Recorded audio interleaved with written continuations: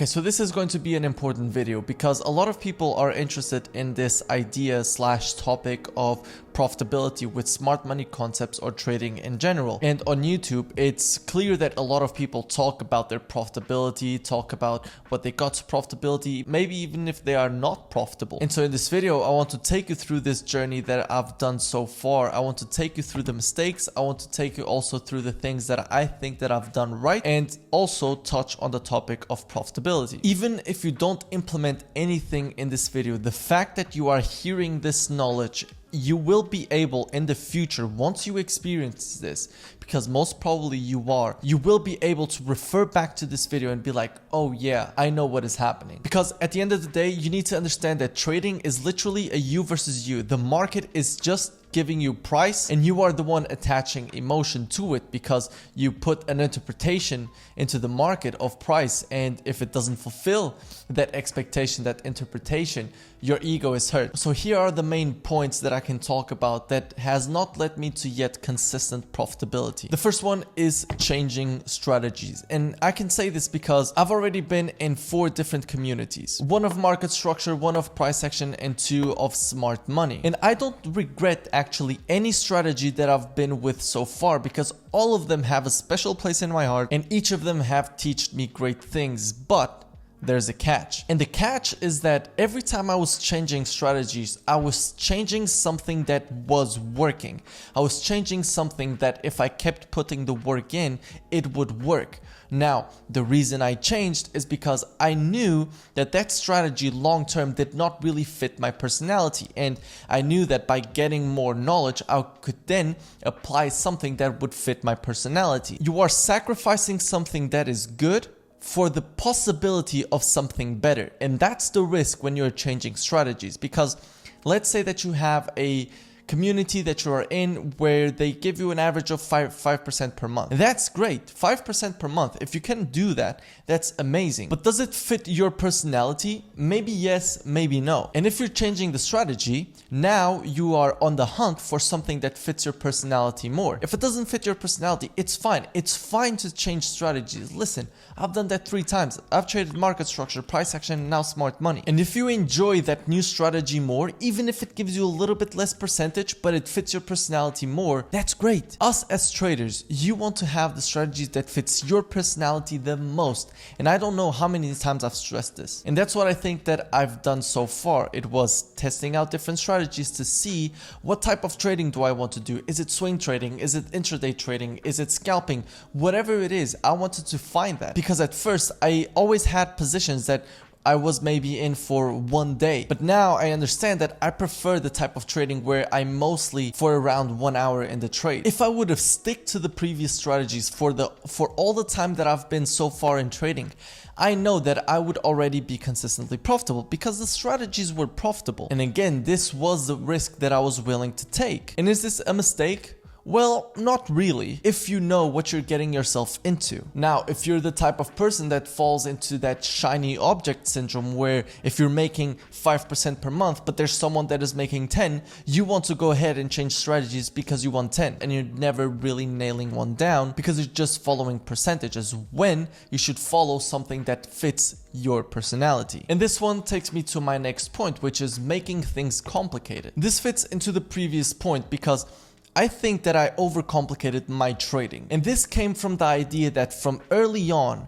I always was told that trading is really hard, that smart money is really hard, whatever it is, it's really hard. But it actually isn't. Don't get me wrong, getting to a point where you're mastering trading, where you are consistent in trading is not easy, but the hardest part of it is actually psychological. Because if you have a profitable strategy that doesn't involve a lot of discretion, you can just stick to the plan, let the law of large numbers play out, and you're profitable. Now, for that to happen, you need to have your psychology in check. But my problem here is that I overcomplicated the first part. I never really had a discretionless trading plan. I never really had something black and white that I can refer to. I never had the processes in place that would then improve my trading. And that was the mistake. That's where I overcomplicated stuff. That's why now I'm doing my best to have a black and white trading plan where if this happens, I take the trade. And this not only helps with ASRing your trades, it also helps with the backtesting, with the forecasting, with everything that is involved in trading. Because if you simplify your trading plan where it's just black and white, all you have to do now is execute it, which then the psychological part comes in, which is the next point that I'm going to talk about. But let me just finish off with this. There was also a big variance when I was trading, which means that I had good days in my trading, but I also had bad days. The problem is that the good days didn't make up for the bad days, which means that if I had a good week, a couple of bad days would completely negate the results that I had in the good week. And that was the problem. You want to reduce the variance between the good days and the bad days, and that's something that I didn't do. I didn't constantly learn from my mistakes. There were many mistakes that I was repeating, and that's one of the problems too. You want to reduce the gap between your good days and your bad days, and the way you do that is by reducing the number of mistakes that you do in the bad days, so your bad days are not as bad while your good days stay good. What happens? This gap reduces, which will make you more consistent. Now, you need processes in place in order for this to happen. So what you have to do is keep an emotional journal, talk about your trading performance, talk about what happened for your trading performance to be a 4 out of 10 or a 10 out of 10. What happened for you to give you that score?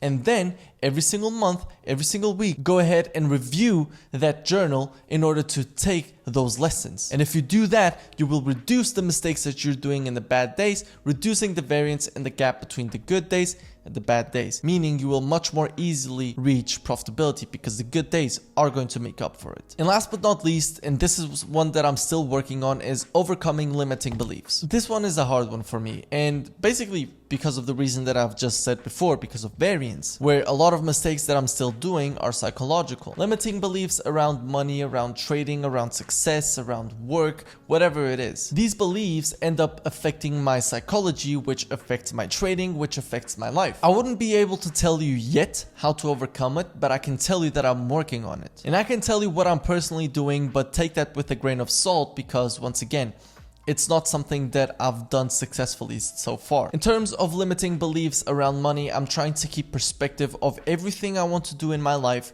all the capital that is out there, seeing other people's success and see how abundant money is if you are able to provide value. Limiting beliefs around trading, I'm trying to overcome them by talking to more successful traders, seeing more successful traders, reading about more successful traders. All these things are going to make me consciously see people that are succeeding in trading and make me question myself, why am I not doing this? Because if they can, I can too. What's the difference between them and me? How can I get there? And like that, understanding that there is success in trading, you can overcome those limiting beliefs, which is something that I feel that I've done thus far, where I was talking about my journey since I was 1 year into trading. I think it was even less. So you can kind of see the progression of my mindset in this channel, which is something that I appreciate. But again, this is still a work in progress, but I do believe that a lot is going to come from it. Am I profitable? Yes. I'm going to finish this year on a positive, which is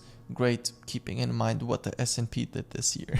But not consistently on a daily basis, on a monthly basis. And not really about percentage, but about variance. I am not consistently having good days. And that's what I want to be aiming for. And it's not perfect days, it's just good days to reduce that gap. Process over outcome. Process over outcome. This is something that I want to keep in my mind. If you really understand what this means and you ingrain that into your unconscious, you will get there. And here is what it means. The man who loves walking will walk further than the man who loves the destination. When you fall in love with the journey, everything else takes care of itself. Love you all. Peace.